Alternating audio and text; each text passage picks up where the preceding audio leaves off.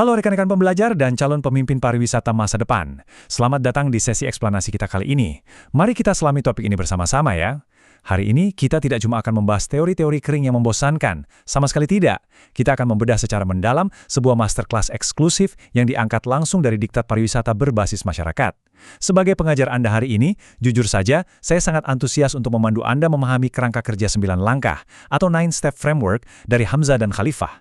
Ini tuh ibarat buku resep definitif tentang bagaimana kita membangun pariwisata yang benar-benar berakar dari, oleh, dan untuk masyarakat lokal kita. Udah siap? Yuk, kita mulai perjalanan transformatif ini. Nah, di pembahasan yang padat namun komprehensif ini, alurnya sudah dirancang agar sangat mudah diikuti. Kita akan membedah silabus lengkap CBT ini tahap demi tahap. Kita mulai dari fondasi konseptualnya, lalu bergerak melihat kesiapan komunitas di langkah 1 dan 2, masuk ke bagaimana membangun tata kelola dan kepemimpinan di langkah 3 dan 4. Setelah itu, kita akan merajut kemitraan, merancang produk dan pemasarannya, sampai akhirnya kita mendarat di tahap yang paling krusial, yaitu implementasi dan evaluasi di langkah ke-9. Oke, mari kita buka gerbang pertama kita, prinsip dasar CBT. Di sini kita akan meletakkan fondasi konseptualnya terlebih dahulu. Sebelum kita melangkah lebih jauh, ada satu hal yang perlu kita sadari betul. CBT ini sebenarnya lahir sebagai respon kritis, bahkan bisa dibilang sebagai bentuk perlawanan loh terhadap kegagalan model pariwisata massal. Selama puluhan tahun, pariwisata massal itu seringkali gagal mendistribusikan kekayaan secara adil. Warga lokal seringnya cuma jadi penonton di tanah mereka sendiri. Nah, coba deh kita renungkan pertanyaan provokatif ini. Apakah semua desa wisata yang sekarang lagi gencar-gencarnya dipromosikan pemerintah di Indonesia itu sudah pasti sebuah community-based tourism sejati? Jangan buru-buru mengangguk. Kenyataannya, letak geografis di pelosok desa itu tidak otomatis menjamin esensi CBT. CBT sejati menuntut kontrol lokal secara penuh dan partisipasi substantif warga, bukan sekedar proyek kosmetik atau lata ikut-ikutan tren saja. Kalau kita bandingkan, perbedaannya itu ibarat bumi dan langit. Mari kita bedah lebih dalam ya. Pariwisata massal itu biasanya dikuasai oleh segelintir korporasi raksasa, skalanya masif, dan fokus utamanya? Ya, maksimalisasi profit sebesar-besarnya. Sayangnya, ini sering banget membawa dampak lingkungan yang merusak dan manfaat yang sangat timpang bagi warga sekitar. Sebaliknya, coba kita lihat CBT. CBT ini murni dimiliki oleh komunitas itu sendiri. Skalanya sengaja dijaga tetap kecil, kenapa? Supaya tidak merusak daya dukung lingkungan setempat. Tujuan akhirnya bukan sekedar uang masuk, tapi kesejahteraan bersama, kelestarian alam, dan manfaat yang merata. Poin krusialnya selalu bermuara pada satu pertanyaan, siapa yang memegang kendali atas pariwisata tersebut? Paham ya sampai sini? Sip, sekarang kita masuk ke langkah pertama dan kedua, kesiapan komunitas. Ingat aturan emas dalam CBT, sebelum ada satupun batu bata diletakkan atau sebelum brosur wisata disebar, harus ada proses diagnostik yang jujur dan mendalam di masyarakat. Di langkah pertama, kita harus menilai dulu kebutuhan esensial komunitas. Kenapa sih tiba-tiba mereka ingin buka desa wisata? Apakah murni karena himpitan ekonomi? Atau ada dorongan mulia karena budaya lokalnya terancam punah? Kita juga wajib memetakan risiko konflik sejak dini. Jangan sampai tetangga ribut gara-gara urusan lahan parkir kan? Nah, setelah itu di langkah kedua, kita masuk ke fase edukasi. Tanpa literasi pariwisata yang memadai, komunitas akan sangat rentan dieksploitasi pihak luar. Kita harus pelan-pelan membangun kapasitas mereka, mulai dari cara menyambut tamu, sampai kapasitas manajerial tingkat lanjut. Ini wajib hukumnya. Lanjut! Sekarang kita masuk ke area yang sering bikin pusing kalau tidak ditangani dengan benar. Langkah ketiga dan keempat, yaitu tata kelola dan kepemimpinan. Begini, antusiasme warga yang meledak-ledak di awal itu luar biasa, tapi tidak bisa dibiarkan jalan sendiri tanpa arah. Inisiatif yang tadinya sekedar kumpul-kumpul ngobrol di pos ronda harus ditransformasi jadi struktur formal yang punya pertanggungjawaban jelas, biar nggak kacau balau nantinya. Dan asal Anda tahu, di jantung setiap CBT yang sukses, selalu ada yang namanya local champion. Ini bukan gelar formal atau juara lomba desa ya. Mereka ini adalah individu atau sekelompok kecil warga yang jadi penggerak utama, inovator, sekaligus penengah antara warga dan pihak luar. Fakta di lapangan menunjukkan mereka ini justru seringnya bukan pejabat formal. Bisa jadi mereka itu guru honorer, tokoh adat atau pemuda setempat yang dedikasinya diakui oleh akar rumput. Mereka punya modal paling berharga, kepercayaan sejati dari masyarakatnya.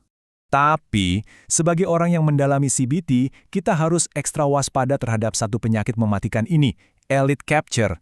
Pernah dengar? Ini adalah kondisi gagal total di mana manisnya kue ekonomi pariwisata malah dibajak dan dimonopoli oleh segelintir elit desa yang punya kedekatan politik atau modal kuat. Yang kaya makin kaya, warga biasa gigit jari. Kita bisa belajar banyak dari keberhasilan BUMDes di Desa Wisata Ponggok, Klaten. Di sana, keterlibatan masyarakatnya luar biasa transparan. Laporan keuangannya bisa diakses publik. Keterbukaan seperti inilah senjata utama kita untuk membunuh resiko elite capture sejak masih dalam kandungan. Di Indonesia sendiri, wadah legal untuk CBT ini macam-macam bentuknya. Dan ingat, pengelolaannya nggak boleh dipaksa dari pusat, harus tumbuh organik sesuai kebutuhan. Ada Pokdarwis atau kelompok sadar wisata, ini biasanya cocok buat tahap awal yang masih non-formal. Kalau mau lebih demokratis untuk aktivitas ekonomi yang mulai jalan, koperasi adalah pilihan cantik. Lalu ada BUMDes, ini akan sangat bertenaga dan powerful kalau kepala desanya visioner. Dan terakhir, ada model yayasan. Biasanya dipilih kalau fokus utamanya itu konservasi alam yang didukung oleh NGO. Sekali lagi, baju kelembagaan ini mutlak harus dijahit sesuai ukuran dan karakter asli komunitas tersebut. Nah, perjalanan kita berlanjut ke langkah kelima dan keenam, kemitraan dan integrasi. Saatnya kita mematahkan mitos yang sering beredar. Mitosnya bilang begini, kalau mau murni CBT, desa harus jalan sendiri, mandiri, dan tutup pintu dari pemerintah atau swasta. Itu salah besar. CBT yang sehat justru butuh mitra agar bisa bertahan. Untuk mengelolanya, kita butuh instrumen cerdas yang disebut Stakeholder Mapping Matrix. Kita data semua pihak yang terlibat, lalu kita masukkan ke dalam 4 kuadran berdasarkan kepentingan dan pengaruh mereka. Ada yang harus dijaga ketat, ada yang cukup diinformasikan saja. Contoh briliannya ada di Desa Wisata Pujon Kidul di Malang. Keberhasilan fenomenal mereka itu banyak ditentukan oleh kelihayan warga bernegosiasi sejajar dengan pemerintah daerah dan investor swasta. Mereka berhasil menjaga wibawa, sehingga warga tetap jadi tuan rumah di kampungnya, bukan turun kasta jadi sekedar karyawan rendahan. Oke, sekarang bagian yang paling ditunggu-tunggu, langkah ke-7 dan 8, yaitu produk dan pemasaran. Tolong ingat prinsip ini baik-baik. Kualitas dalam produk CBT itu tidak diukur dari seberapa empuk kasur penginapannya atau ada tidaknya fasilitas bintang 5. Kualitas CBT diukur dari kedalaman interaksi, pengalaman partisipatif, dan tentu saja otentisitas. Makanya kalau Anda pakai gaya promosi pariwisata massal buat CBT, sudah pasti akan gagal total. CBT itu bukan untuk semua jenis turis loh. Target pasar kita terbagi ke dalam 4 kelompok yang cukup spesifik dan merata. Ada ekoturis yang gila pelestarian alam, cultural turis yang memang datang untuk interaksi budaya murni, responsible turis yang peduli etika bepergian, dan educational turis seperti mahasiswa atau peneliti. Kita harus menembak 4 sasaran ini dengan sangat presisi. Lalu pertanyaannya, gimana cara memikat segmen turis yang pintar dan kritis ini? Jawabannya 1, authentic storytelling, atau bercerita secara tulus dan otentik. Di CBT, kita tidak usah repot-repot bikin spot foto plastik yang artifisial. Cukup ceritakan kisah orang-orangnya, ceritakan keringat para petani, dedikasi penenun lokal, atau sejarah masa lalu landscape desa tersebut. Dan yang paling ampuh, ceritakan tentang transformasinya. Bagaimana setiap rupiah yang dihabiskan wisatawan di sana benar-benar dipakai untuk menyekolahkan anak desa atau memperbaiki sumber air. Penceritaan seperti ini akan membangun ikatan emosional yang sangat dalam, jauh sebelum mereka membuka dompet untuk bertransaksi. Akhirnya, kita tiba di tahapan puncak dari kerangka kerja ini, langkah ke-9, implementasi dan evaluasi.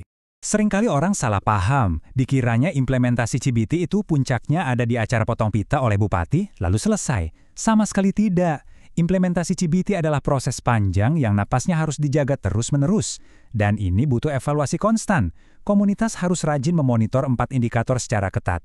Pertama, ekonomi lokal. Apakah uangnya betul-betul berputar di warung tetangga atau malah bocor keluar desa? Kedua, sosial budaya. Masih pada semangat nggak warganya berpartisipasi? Ketiga, lingkungan. Apakah sumber air jadi kotor karena kebanyakan turis? Dan keempat, kepuasan wisatawan. Kalau 4 tiang ini tidak diukur dengan disiplin yang ketat, percaya deh, kata berkelanjutan itu cuma akan jadi jargon kosong di spanduk saja. Dan di titik kritis inilah, konsep adaptive management atau manajemen adaptif menjadi sangat krusial.